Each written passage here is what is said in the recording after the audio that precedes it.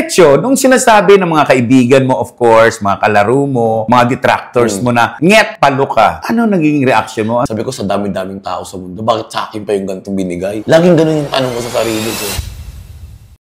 Mula sa kanyang pagiging Marlo, ay naging si Sander Ford. Tahakin natin. Ano nga ba ang kwento kung bakit ang isang batang nget palu ay naging isang matini idol? Nag-text ako doon sa doktor. Sabi ko, hello po, Doc Yapi. This is Marlo Arizala. I'm a content creator. Nais ko po sana mag-undergo sa isang surgery. Pero, problema ko lang po, wala po akong ibabayad sa inyo. Nais ko po sanang makapasok sa inyo as an influencer. Kumbaga, i-free niyo yung surgery ko kapalit ng promotion. Parang magagagawin nila akong model. O sige, ganito, Marlo. Libre namin yung surgery mo. Pero, gagawin natin yan sa national TV. Si Ma'am Corina Sanchez ang mag-host. Bali, lahat ng magiging transformation, ipapalabas na sa TV. Ano kasalanan mo kay Meme Vice? Yung sa GGB nga po. Alam ko, yung kasalanan ko na yun, yung naging attitude ako. Tapos, that time, ang gusto nang mangyari ng ABS-CBN, hindi na lang daw ipalabas. Kung kaya mong mabuhay sa tundo, kaya mo ring mabuhay saan man sa mundo. Morley Alinio. Ito ang Tundo. Yes! Magandang tanghali, hapon, madaling araw, gabi. Kung anumang oras dumarating sa inyo ang vlog kong ito. Tulad ng ating ipinangangako, isang makatotohanan, realidad na chikahan. Nasaan nga ba ang kontrobersyal? Ang naging laman ng telebisyon, radyo at mga dyaryo. Ang nag-iisang Sander Ford. Hello! Hello po. Ay, kinakabahan ako. Hello, Mama Marley. Hello po. Kumusta ka na, Sander? Ay po, mabuti naman po. Papasalamat sa Diyos kasi kahit paano, kahit na nawala tayo sa showbiz, magkakaroon pa rin naman ako ng mga konting racket, magkakaroon pa naman ng mga konting kinikita sa social media. At Sander, ano na yung mga pinagkakaabalahan mo sa ngayon? Nagtatrabaho po ako as a sales marketing sa isang alcohol company and minsan po nag-market din ako ng mga online na like mga gamit. Tapos sa TikTok, uso ngayon niya sa mga millennials. Hindi malilimutan, hindi mabubura sa history. Isang batang nangarap mag-artista, pero may chismis. Hindi siya ganong kagandang lalaki. At dito na nga pumasok ang pinag-usapan, ang naging kontrobersyal. Mula sa pagiging hindi magandang lalaki, ay naging super mega guwapong aktor. Mega guwapong celebrity, si Sander Ford. Sander, balikan muna natin ang nakaraan bago ikaw ay naging si Sander Ford. Ano ba ang pinagdaanan mo? Sino ka ba bago ka napunta in showbiz? Galing kami sa hindi naman mababang pamilya. May counting kaya and then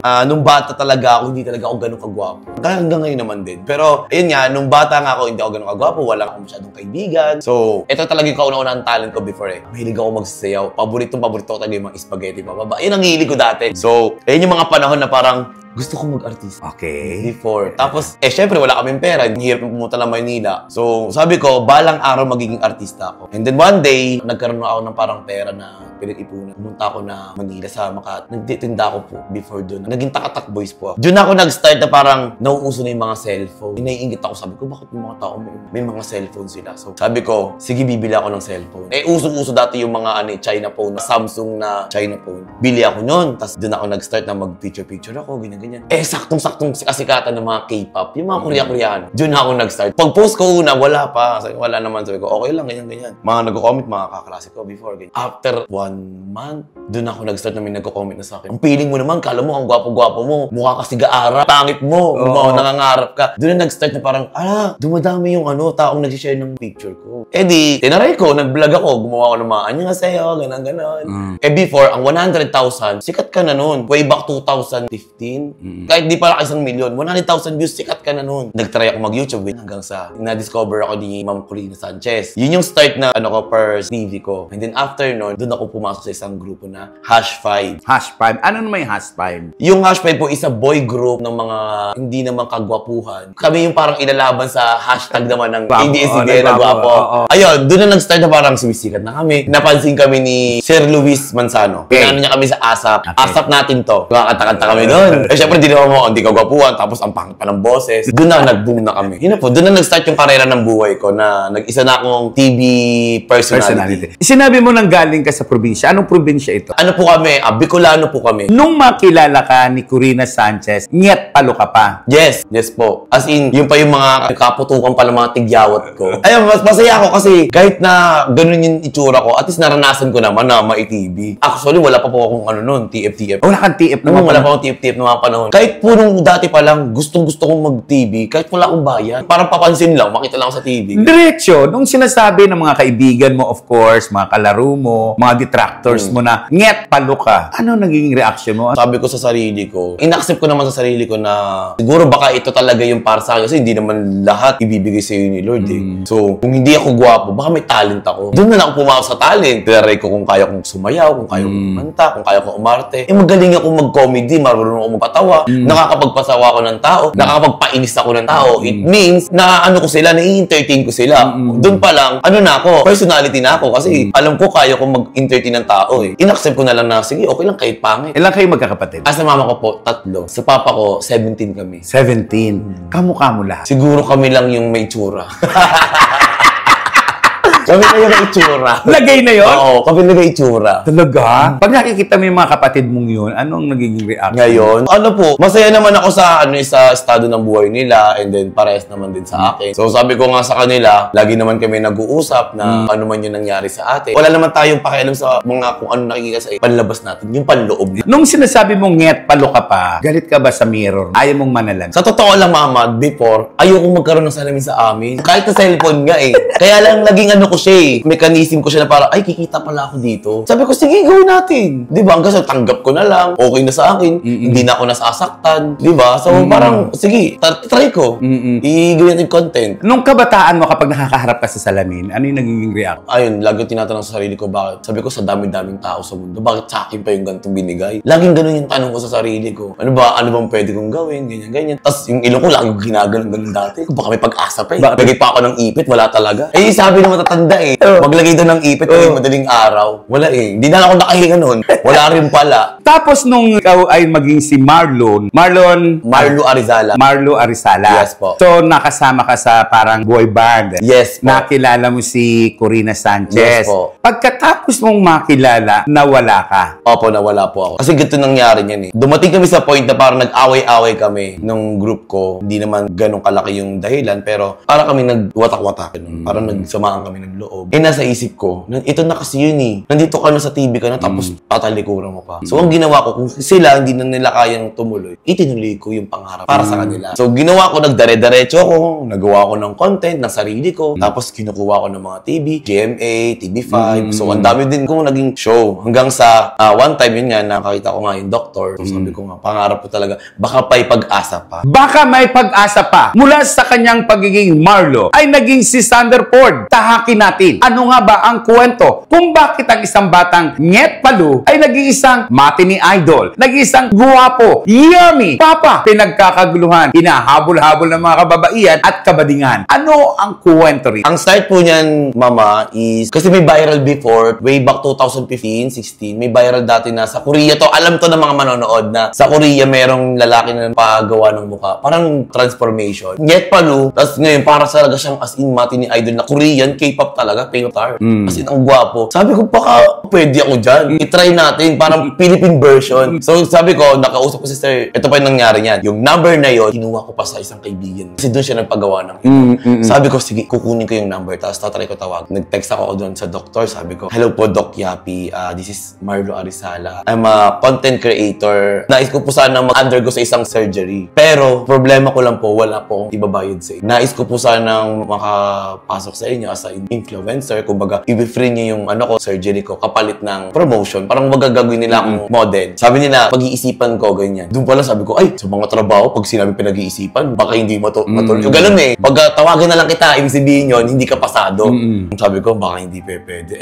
Mga ilang araw lang ata, mga linggo, tumawag. Schedule tayo ganyan, punta ka dito sa clinic ko dito. Sa ano pa yung Ortigas pa yun eh. Punta ako. First time ko makita yung dalawang mag-asawa. Sa kamay ako, alam ko, ma'am, sir, ganun. O, sige, ganito, Marlo. Libre tutuloy namin yung surgery mo. Pero, gagawin natin yan sa national TV. Si Ma'am Corina Sanchez ang mag-host. Bali, lahat ng magiging transformation, ipapalabas natin sa TV. Sabi ko, sige po, bahala na. Go na po ako dyan. Basta magawa lang yung mukha ko. Tapos, yun na, doon na nag-start na parang okay na kami, gagawin na yung mukha ko. Eto na, pumasok na ako sa Star Image Artist kung saan naging artist ako ng dati kong management. Sila yung humawak nung ano ko po. Ito ay sina David? Yes, tapos doon na nag-start na parang after ng surgery ko, pahinga lang ako ng ilang buwan sa condominium nila. And then, marami pa nga lumalabas ng mga photo na bumibili ako sa labas. Pero bawal pa akong lumabas. Makulit ako. Labas ako. Bibili ako. Gusto kong kumain sa labas eh. Tapos, naka-ano lang ako, parang bonnet or sombrero. And na-picturean ako. Si Sandra, ganyan-ganyan. Ito yung mukha niya ngayon. So, naunahan yung ABS. So, parang nagkaroon na kagad ako doon ng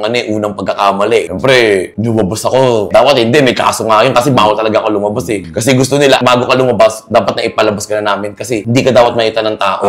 Nakita ako ng tao, nag-viral sa social media. Lalo kung inabangan ng tao. Kaya yung pumutok sa buong Pero bago mangyari ang paglabas mo sa Corina Sanchez, sa programa ni Corina, ano yung prosesong ginawa sa mukha mo? Ano mga binago at ano ang reaction mo? Tulog ka ba noon? Ano bang operation? Kwentuhan mo ang ating mga viewers. Ang ginawa po sa akin, which is, kung sa surgery po tayo ang ginawa lang po sa akin, which is yung ilong ko. It's a rhinoplasty. And then yung baba, ito po, yung chin. And then yung mga ibang ginawa ko po, which is derma. Nagpagawa po ako ng kilay, tattoo eyebrow, lip tattoo. And then, nagpagawa ko ng buhok, nagpagluta ako. And then, ano pa ba, yung mga damit, yung mga clothes. Yun lang naman yung naging ko, kaya medyo parang naging mati ni Idol eh. Kasi binago nila po yung formahan ko before. Kasi forma ko pang yung mga pang Kanto Boys. Ginawa nila, palitan mo yung forma niyan, gawin mo artista. After doon na nag-start, marami na akong nabago sa sarili ko po. Speaking of nabago ang sarili, nang lumabas ka sa telebisyon, pinag-usapan ka, naging laman ka ng all media, telebisyon, radyo, at lahat-lahat na. Sander, ano ang iyong pakiramdam nung ikaw ay ipinakikilala na sa bago mong muka, sa bago mong kaanyuan? Nung una po kasi, nagda-doubt po talaga ako kasi nga, syempre, bigay yun ng magulang ko eh. So parang, ang nasa isip ko, parang hindi ko tanggap yung binigay ng magulang ko. Pero dumating din ako sa point ng buhay ko na parang, alam niyo po yung excitement, kaba, hindi mo alam yung nangyari sa kung tama ba to or mali ba to. Nandun ako sa point po ng buhay ko na yun eh. So, hanggang sa parang na-realize ko na parang, itong ginagawa ko na to, kaya ko to ginagawa kasi para sa pamilya ko, hindi to para sa akin. So, 50-50 ako doon pagdating sa reaction ko po that time. Kasi noong mga panahon na yan, hindi pa ganun kaputok yung mga transformation na mga salamat po, doktor. Yes po. At parang ikaw talaga ang nagpasimuno na hindi ikinahiya ang pagpaparitoke ng mukha. Question ko sa'yo, di ba, lumabas ka, Thunderford ka na. Hindi mo ba na-miss si Marlo? Actually, nakakamiss si Marlo kasi alam mo yung kulit ni Marlo na medyo humble. Si Marlo kasi, mama, makulit yun pero may humble siya na papyaw. Si Marlo yung klase ng tao na kapag uy, baka gusto mong kumain. Ay, sige po, gagawin. Hindi siya makapal yung mukha. Si Marlo yung sa social media mo lang siya makikita ng Pero kahit sa social media, makikita mo siya na parang okay lang sa akin na gantahin mo ako. Basta hindi kita gagantihan. Yun si Marlo eh. Yun yung mamimiss ko sa kanya. Ang nangyari kasi sa akin kaya nung naging Sander ako, nagkaroon na ako ng self-confidence. Parang feeling ko powerful na ako kasi may itsura na ako. Parang ganon. Yun yung nangyari sa akin. Isang direkta, isang diretso, naging mayabang ka? Eto na nga. Eto yung lagi nang tinatanong sa akin. Alam mo, dapat sikat ka ngayon kung hindi ka lang naging mayabang. Naging mayabang ka ba? Sa akin, aaminin ko na, opo, naging mayabang ako that time. Kasi dumating ako sa point ng buhay ko na parang first time ko yun eh. Walang nag-guide sa akin eh. Yung parents ko, nagtatrabaho as a katulong. Ang tatay ko, jeepney driver. So wala kaming magulang hanggang sa pagtanda namin, hanggang sa sumikat ako. Walang nag-guide sa amin nung about sa mga tama at mali. Kung ano lang yung nakikita namin sa labas, yun na yung na-adapt namin. Kaya nung dumating ako sa point ng buhay ko na parang eto na ako, yung gumawa po na ako. Nagkaroon ako ng confident na parang, di ba nilalait-lait nyo ako dati? Ngayon, eto na ako ngayon, hindi nyo na ako pwede laitin. Pagigante. Yun po, parang yun na yung nangyari. Kasi lahat naman ng nangyayari sa atin, kaya natin nagagawa yun kasi may experience tayo sa nakaraan natin. Nagalit ka sa nakaraan. Sobra. At ibinuhos mo to sa kasalukuyan. Sobra. Ano ang ginawa mo? Pinakita ko sa kanila na confident ako, na hindi ako basta-basta na ganitong tao, na tatapak-tapakan nyo lang ako. Parang naging ako sa kanila, mataas ako sa kanila. Ano natutunan mo? Ang natutunan ko sa part na yon na hindi masamang lumipad. Lumipad ka ng mataas na pangarap, pero ang paa mo nandito sa baba. na hindi mo nagawa? Na hindi ko nagawa. Na pinagsisisihan mo? Sobrang pinagsisihan. Paano mong pinagsisihan? Hindi ko alam yung salitang repentance. Tama ba? Hindi ko alam yung repentance na yun. Kasi wala akong alam sa mga ano. Tinalikuran ko yung Diyos. Tinalikuran ko lahat. As in, naniniwala ako sa barkada ko. Naniniwala ako sa mga naririnig ko sa paligid. Nagwapo ka? Nagwapo ako at sikat ako. Hindi ko narinig yung side ng pagiging mabuti. Yung basta mabuti po. Doon ako pumasok na parang alam ko na yung salita na repentance. Yun yung kapag nagsisi ka, dapat hindi sa isang beses lang. Ang pagsisisi po, araw-araw po yan. Paano mo pinagsisihan? Katulad ng pagising mo sa umaga, magpasalamat ka sa Diyos, nakagising ka pa. Pati pa sa pagkain, lagi kang makikipagkapwa-tao, lagi kang makikipagsalita ng po at opo, marunong ka magpasensya, marunong ka magpatawad. Yan ang natutunan ko sa lahat ng ano. Kasi noon, ayoko magpatawad ng tao. Wala akong pinapatawad sa kanila. Lahat sila galit ako. As in, lahat sila. Hindi ako marunong makiusap, hindi ako marunong makinig sa magandang salita. Pinapakinggan ko lang kung ano lang yung magugustuhan ko. Pinakikinggan lang kung ano ang gusto niya. Hindi siya marunong makinig sa sinasabi ng iba. Yabang, taas ng pride. At dito, unti-unting sinira ng kayabangan ang isang Sander Ford. Sander, paano ka nasira ng dahil sa kayabangan? Nag-start yung pagsasabi nila na yabang ko. Nagkaroon po ako ng issue sa ABS-CBN na dumating daw po kami doon. Hindi ako pumasok kasi magulang ko ayaw nilang papasukin. Pero sinabi daw po ng ABS na papasukin naman, mauuna lang daw po ako. Hindi po ako naniwala doon. Mas pinanindigan ko yung gusto ko. Nagsalita daw po ako na si Sander to, tapos hindi niya ako papapasukin. Yun yung sabi nila sa akin. Nawala na akong choice na yun talaga yung lalabas. And then, naging masama ako sa paningin ng tao hanggang sa yun na tatak sa isip ng tao na mayabang yan, mayabang yan. Sa lahat, kumalat, mayabang yan, mayabang yan. Ang inaamin ko po sa inyo na yumabang po ako, opo. Pero isa lang naman po akong tao. Lahat ng tao nagkakamali. Lahat ng tao nakakapagsalita ng hindi maganda. Yung mga araw na sobrang nagdadalawang isip ako, paano? Bakit ko sasabi yun? Bakit ako gumawa ng hindi maganda? Doon ako nag-start na parang, ito ba yung gusto sa akin ng Diyos? Kaya ba niya ako pinasikat? Kasi para maranasan ko yung mga ganito. Dito na pumasok lahat ng mga issue. Lahat as in, dinadown ako, nilulubog ako ng nilulubog. Hanggang sa, hindi ko nakayanin. I'm quit sa showbiz. Hindi na ako tapos lahat ng account ko, tinanggal ko na. Doon ako nag-start na parang, wala na, hindi na ako pinapansin ng tao. Ang tagal kong nawala. Hanggang sa, hindi ko na naipaglaban yung dapat pwede ko pang sabihin sa kanila kung ano talaga ako sa totoong buhay. Parang hindi ko na na-defend yung sarili. Na yun na rin lang nang naging tatak ng tao na isa kang taong mayabang. Habang kayo po ay nanonood ng vlog na ito, marahil po kayo ay nagtatanong, asan na ang lalaking may matangos na ilong, magandang mata, magandang chin, maputi, mati ni idol na si Sander Ford? Bakit parang iba ng Sander ang kausap ko ngayon? Nasaan siya? Totoo nga bang si Sander Ford ang kausap ko ngayon? Bakit ibang-iba na ang mukha niya? Ako sa ito lagi ito sinasabi sa akin, yung retoke ko na expired. Asaan na ang mapula, maliit, at napakagandang labi? Siguro, kaya ako naging ganito. Before po kasi talaga, yosi po kasi ako. Kaya nangitim po yung labi ko. And then, syempre, yung nose natin, chin, tas yung pisngi natin. Syempre, lahat tayo habang tumatanda, nag-iiba din yung physical appearance natin. Like, syempre, minsan tumataba tayo. So, baka yun yung akala nila bumabalik na sa dati. Hindi naman nawala naman po. Siguro, hindi ko lang naalagaan. Kumbaga, hindi ko na-maintain yung pag-aalaga ko sa mga binigay nila sa akin. Kasi, sobrang depressed ko po. Nakalimutan ko ng parang gusto ko na lang piliin na manahimik na lang. Ito bang kausap ko, gusto kong tanungin, ikaw ba si Sander Ford o ikaw si Marlo na nakikipag-usap sa akin? Sa harap ni Mama and sa lahat ng mga viewers na ako to si Marlo, pero pinoportrait ko si Sander as a content creator. Gagamitin ko siya para matupad ko yung mga pangarap na hindi ko pa natupad before. Yung mga iilang pangarap, pero hindi na po para po sa anak ko, para po sa asawa ko, at para po sa mga taong naniniwala po sa akin. Nasabi mo kanina na ginagawa mo ito para sa iyong pamilya. Opo. Speaking of pamilya, dumating po sa buhay ni Sander na naging controversial siya. Nakulong o natulog pa siya sa city jail. Marlo o Sander, kwentuhan mo kami. Gusto ko manggaling sa iyong mismong mga labi, sa iyong kwento, sa iyong bibig. Ano ang nangyari? Before po, wala pa ako siyempre asawa. Meron ako naging isang karelasyon. Si Isa. Nag-partner kami way back 2019. Parang nagkabalikan lang po kami kasi naging kami na before. Marlo pa lang ako, naging kami. And then nung nag-Sander ako, nagkabalikan kami. kami, before pandemic, nagkita kami dalawa, tapos nung pandemic, nagkahiwalay kami. Pandemic, nangyari yung mga sinasabi niya na nirape ko siya at nasaktan ko siya. So, dito sa part na to, inaamin ko po, nagkaroon po ako ng kasalanan. Ano ang kasalanan mo? So, hindi ko na sasabihin sa kanila yung ibang iba, pero specific ko po, which is nasaktan ko po siya mentally. Siguro sa physical, hindi po eh. Kasi hindi naman talaga ako mapapanakit na tao talaga eh. Kahit tanongin niyo yung partner ko, hindi ako mapanakit na tao, pero masakit ako magsalita. Totoo po yun. Mentally, nasaktan ko po siya. Tsaka, sobrang minahal ko din po siya nun. Nagsisisi ako kasi ginulo ko yung buhay niya. Kumbaga nananahimik siya, tapos nakipagbalikan ako sa kanya, gano'n. And then, after po nung mga issue namin na yun, pinatulpo niya ako, ilang video yun. 4, gano'n, mga 30. Ano yung mga video na yun? Yun yung mga, nag-start muna na napatulpo siya, hinahanap ako ng tulpo.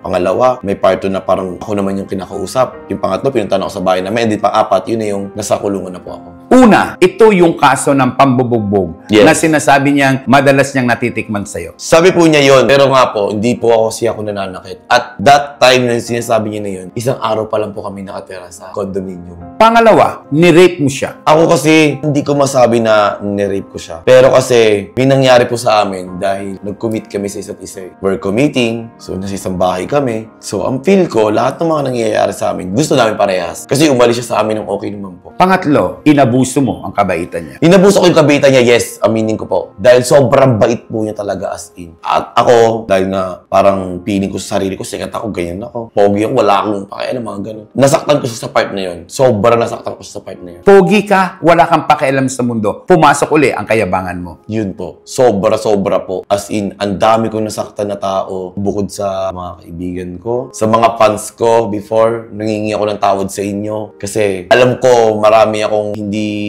nagawa at nagampanan para sa inyo. Pero, ayun nga, dahil nga sa sobrang naging ganun niya ako, parang hindi niyo na ako sinuportahan. Sa madaling salita, paano mo tatanggapin na Sanderford Laos? Masakit sa akin yung kung tatanungin niyo po ako, offended sa akin pag tinanong niyo talaga sa akin. Paano ko tatanggapin yung salitang Laos? Masakit sobra kasi alam niyo po kung bakit. Kasi po, mama, ito yung pangarap ko eh. Ano ko yan eh.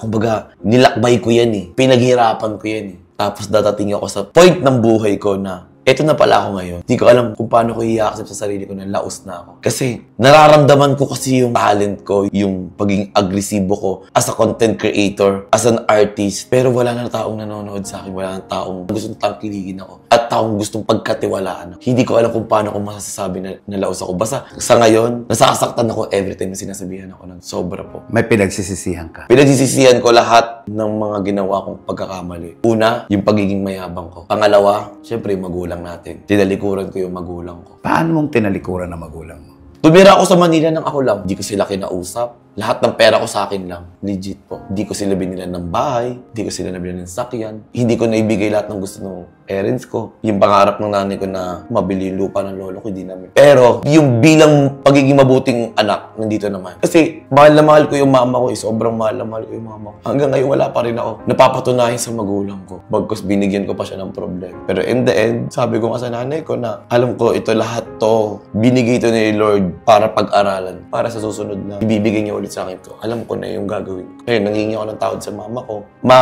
pasensya ka na kasi naging pasaway ako na anak. Hindi ko nasunod yung gusto mo. Hindi kita natulungan. Na hanggang ngayon, nagsisisi ka sa mga, alam mo yun, na simula nung pagkabata mo hanggang sa pagtanda mo, yung mga nararanasan mo, hindi kita na ipagtanggol. Ayun, basta pagsisisihan ko lahat as in. Basta mahal na mahal po kita. Sobrang mahal na mahal kita, alam mo yun. Pero hindi pa huli ang lahat. Buhay pa ang nanay mo. Yes, Pwede po. ka pang gumawa ng paraan. Yes, Anong paraan ang pinisip mo para mapagtakpan mo ang mga pagkukulang mo? Siguro po, magsisimula ako ngayon sa... Kasi iniisip ko na ngayon yung family na eh, kasi may anak na ako. Ito pala yung pakiramdam ng pagiging isang magulang. Pasaway ako sa magulang ko ngayon. Iniisip ko paano pag ganun yung anak ko. So sabi ko, kailangan kong tulungan yung parents ko. Siyempre yung partner ko, pati yung anak ko. Kailangan kong magsikap sa lahat ng mga bagay, ng mga alam ko na kaya-kaya ko pa. Mag-start ako sa lahat. Sa una, sa pagiging mabuting tao, pagtulong sa kapwa, at saka trabaho, sikap, yun po, pagtitiis. Lahat ng mga pagsisisi, ginawa mo. Pero may gusto kang ipasalamat. Ano yon? Kay Lord, binigyan niya ako ng daan para lumaban pa sa buhay. Binigay niya sa akin yung tao na alam ko na matutulungan niya ako. Kasi di ba, sabi ko nga kasi yung mayabang ako, makulit ako. Binigyan niya ako ng isang tao na tinanggap ako ng ganun. Mamaya makakasama natin yung sinasabing taong na nakasama niya. Pero may isang habol tayong question dito. May nagawa ka bang pelikula? May mga commercial ka bang nagawa matapos na ikaw ay maging si Sander Ford? Actually, mayroon po. Endorser ako ng aesthetic. Yung gumawa ng kilay ko. Si Ma'am Sue. Shoutout sa Ma'am Sue. Pero nakalimutan ko yung aesthetic. Sorry po. Basta si Ma'am Sue, sikat siya na gumagawa ng eyebrow. So, yun. Binigyan niya ako ng billboard. Billboard ako sa EDSA. Tapos, kay Sir Bong Navarro, maraming salamat po kasi napasama ako sa mga palabas niya. Kay Sir JL, I love you Sir JL, John Lloyd Cruz. Sobra thank you kasi ikaw yung dahilan kung bakit. Sobrang boom na boom yung name ko. Bakit? Anong nagawa ni John Lloyd? Pumasok ako sa Home Sweetie Home. So much. Naging regular ka ba doon? Yes po. Pero naputol din. Pero tumagal. Tumagal po, pero naputol din. Kumbaga yung segment ko doon, parang hindi na siya pang guesting. So thank you kay Direk Bobot, kay Sir John Lloyd Cruz. And then, papasalamat pa ako kay Meme Vice. Alam ko galit ka sa akin, Meme Vice. Sorry. I love you, Meme. Thank you kasi isa ka pa rin sa dahilan kung bakit sobrang nag-boom ako. Ano kasalanan mo kay Meme Vice? Yung sa GGB nga po. Alam ko yung kasalanan ko na yun, yung naging attitude ako. Paano ka nag-attitude dun? Yun daw po sa ABS-CBN. Nag-viral na po yun. Tapos, that time, ang gusto nang mangyari ng ABS-CBN, hindi na lang daw ipalabas. Sinabi ko daw po na hindi ako papasok yun. Hindi niya ipapasok yun. Okay. Yun po yun. Yun talaga doon na siya nag-viral that time. Tapos, abang tinitaping namin yun, pinag-iisipan na nila. Pero natapos po yung taping. Pero may gusto kang ipasalamat. Kay Meme Vice po. Sobra. Madami po. Sa lahat po. Dahil po, start po ng #5 po ako hanggang sa naging Thunderford ako. Nandiyan ako kay Meme Vice. Hindi niya ako iniwan. So, ang dami pa lang naranasan. Sobrang dami din po. Kaya lang may isa kang pelikulang ginawa pero hindi na ilabas na ikaw sana ang bida. Ako sana po ang bida. Ito po sana ay yung palabas na kalapangit. Ang meaning po na niya, akala mo pangit. In-insert lang siya na parang kalapangit. Jane, na paano mo siya tinanggap na pagiging Sander niya na alam mo naman na ayabang, negative ang dating niya in showbiz? Ang dami kong naririnig. Ang daming mga nag-chat sa akin na, bakit siya? Bakit sumasama ka dyan? Rapist yan. Isa kang mayabang na tao. Hindi niya na-i-depend ang kanyang sarili. At dito lumabas ang iba't ibang issue. Hindi niya sinisipot ang mga taping at iba pang obligasyon. Totoo nga ba ito? At ano-ano ang mga hindi mo sinipot? Ito, first time to guys, hindi to alam ng mga tao. Sinaktan ako ng manager ko. Harapan po ng magulang ko. Kinasahan po kami ng barel. Sobrang pagod na ako eh. Hindi ako sinasaktan ng pamilya ko. May mga kuwentong lumabas, ikinagalit ng maraming fans. Sorry po ha, ito ay may kinalaman sa aktres na si Catherine Bernardo. Sinabihan di umano ng hindi maganda ni Sander. Kay Sander na mismo magmumula ang kwento. Ano yung kwento na to at ano yung sinabi mo kay Catherine? Napasama ko sa isang propaganda, which is na parang para silang hindi fans ni Madam. Ang unang sinabi ko po kasi doon sa parang Miss Universe something. And then sinabi ko na parang hindi siya pwede doon kasi nga ganun yung study nung yung parang ano yung nakita sa kanya sa Kung kaya mong mabuhay sa tundo, kaya mo ring mabuhay saan man sa mundo. Morley Alinio. Ito